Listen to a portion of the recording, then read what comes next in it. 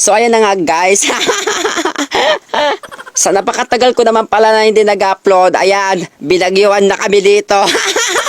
Punong-puno na talaga kasi yung mga videos sa gallery ko kaya kailangan ko na mag-delete. So i-upload ko na to. Ayan, bang-ba na nga dito guys. Oh my god, mga pinagdaanan namin dito sa Bagyong Carina na. De, joke lang. Kailangan lang talaga natin mag-delete ng mga video sa gallery kasi nakakapuno din ng storage eh. Tapos kapag napuno yung storage ng ating cellphone, syempre maglalag, di ba? O ayan, ay na nga guys yung mga pangyayari dito sa aking. So ayan na nga guys, nag-ipon-ipon na sila kung paano sila makakalikas. Tapos yung mga sasakyan nila pinaglalagay na nila sa mga matataas na lugar. Tapos nandito na rin si Prini. Ayan yung pukpok dito sa Malanday. Charot. So ang alam ko, pinag-usapan lang nila. Sabi nila doon, bla bla bla.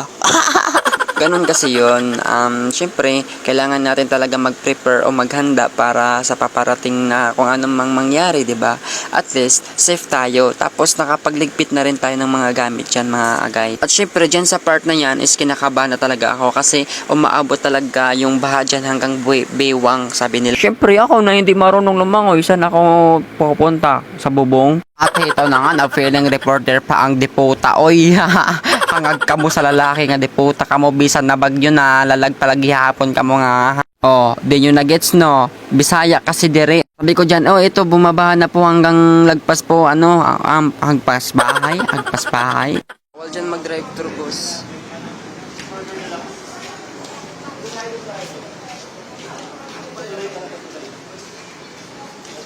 Nandito na yun sa drive-thru. Vlogger dito, vlogger si Cubery. Pwede na po bang makadaan ng Marcos Highway? Sa Marcos Highway, hindi ko po sigurado. Ilang meters na yung tubig? Below 20 na yung tubig. Ay yung McDo. Tayo galing kanina sa McDo.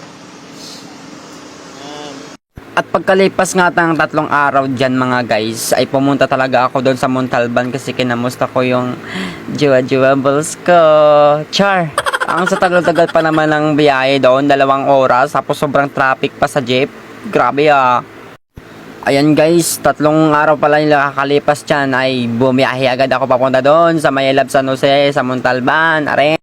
Ay itong vlog nga pala to, ay mix and match na pala to. Bubuuhin ko na. Tapos ikaw ba naman hindi mapasukan yung Kefi mo? Ika nga sa isang kasabihan, kapag mismo ang isang tao ay kailangan mong puntahan. Hindi, joke lang.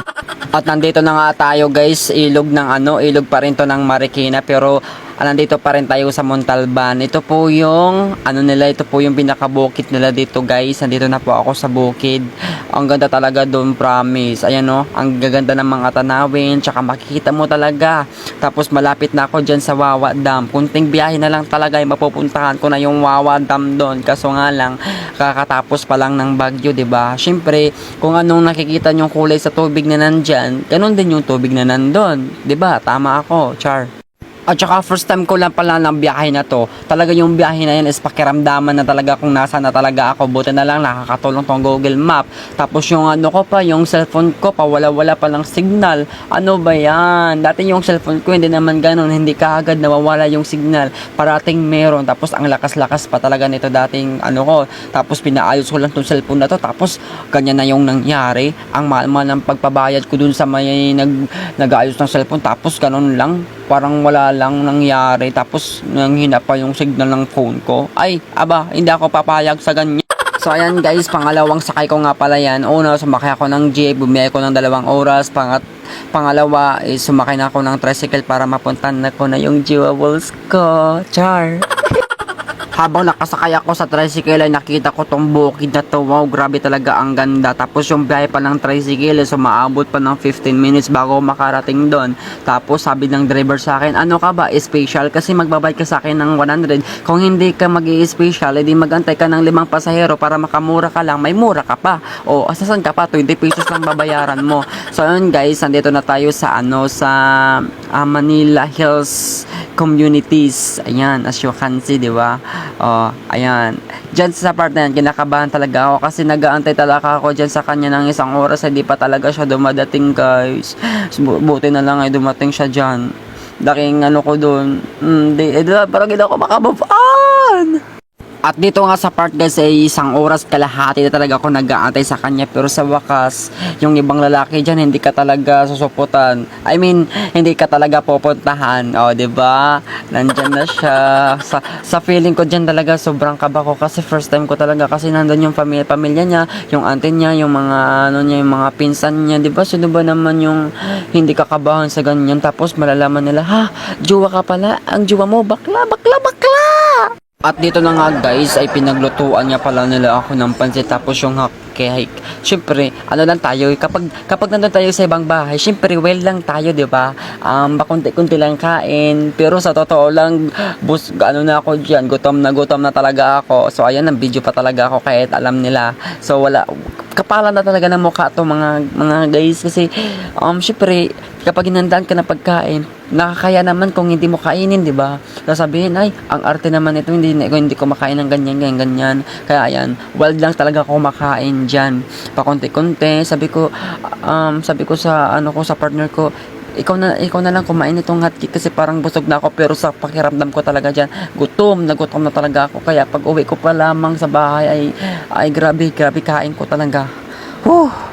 So ito na nga guys, ito na talaga yung mga sad moment ko talaga dito, kasi dyan sa part na yan is papauwi na talaga ako. Ang oras dyan is alas 4 or alas 3 yun yata ng hapon eh. Tapos yan yung sad moment na nung pumasok ka lang sa maliit na damuhan, tapos nakalagay doon no trespassing, tapos dumating pa yung ari na sigawan kayo, oy, no trespassing kayo, ano ginagawa na dyan?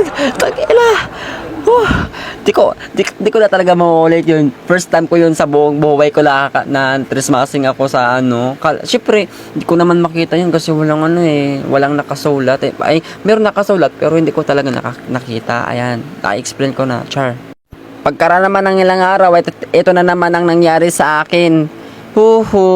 Nako. Tagay lang hanggang may atay pa. Hanggang di pa natutunaw yung atay mo. Hanggang hindi pa nasusunog yung baga mo. Sige, laklak ka ng laklak. Mga hangag ka mo. At mga sangkay hanggang sa mga kuan, sa mga erimnon, sa sinsiton. So, ayun na nga guys, i-explain ko na naman nito kung ano talaga nangyari sa akin. Alam nyo ba nangyari sa akin dyan guys? Pinaikot-ikot ba naman ako? Siyempre sasayaw ka ng cha-cha, tapos ikaw, diba, iikot mo yung kamay mo, tapos iikot ka talaga. Ikaw ba naman, paikot-ikotin, hindi ka malulula. Siyempre, joke lang yun. Siyempre, happiness lang. Dapat pipiliin natin palagi yung maging masaya.